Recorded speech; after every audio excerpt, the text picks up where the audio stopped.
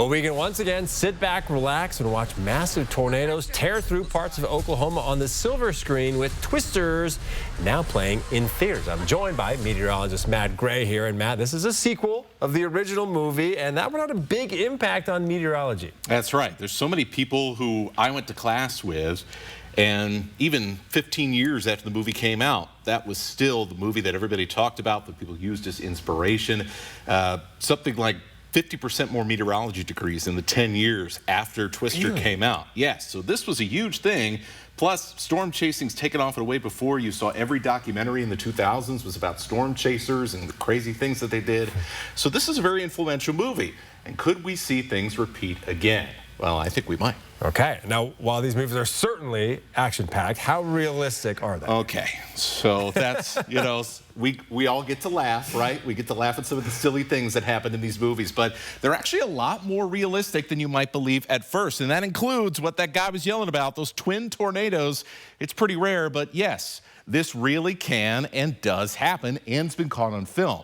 Now, both this movie coming out now and the 1996 original, they consulted with the National Severe Storms Laboratory to at least try to make things look and feel as real as possible. And you can notice this truck. Compare us to the next slide here. The Frankenstein-looking vehicles that you're going to see in the latest movie, they're not that far off from what scientists and storm chasers use in real life to get close to these storms and study them or take pretty pictures. Now, the Dorothy device, you may remember if you watched the original film from 1996, it was actually based on a real weather instrument, although it was never successfully deployed like it eventually ended up in the original movie almost 30 years ago. Now, speaking of success, these characters in these movies, they got a lot more success in predicting the strength and size of tornadoes than we do in real life. The National Weather Service has never predicted an F5 like they do for one line that really made me laugh in the first film. These movies are also more of a what not to do when it comes to tornado safety.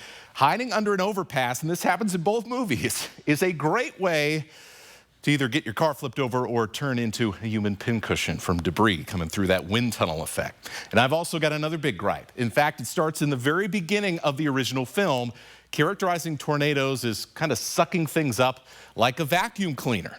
A thunderstorm is like an engine.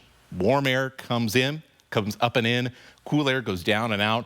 In the most extreme conditions, the tornado executes the first part of this cycle.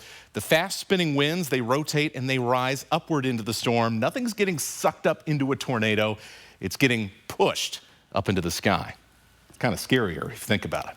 If a tornado actually worked like a vacuum cleaner, you would not be safe hiding in the basement. Now, the biggest things these movies get right, let's talk about some positives, right? Is our complicated human relationship with tornadoes. The emotions of terror and wonder, they can bring us basically all at the same time.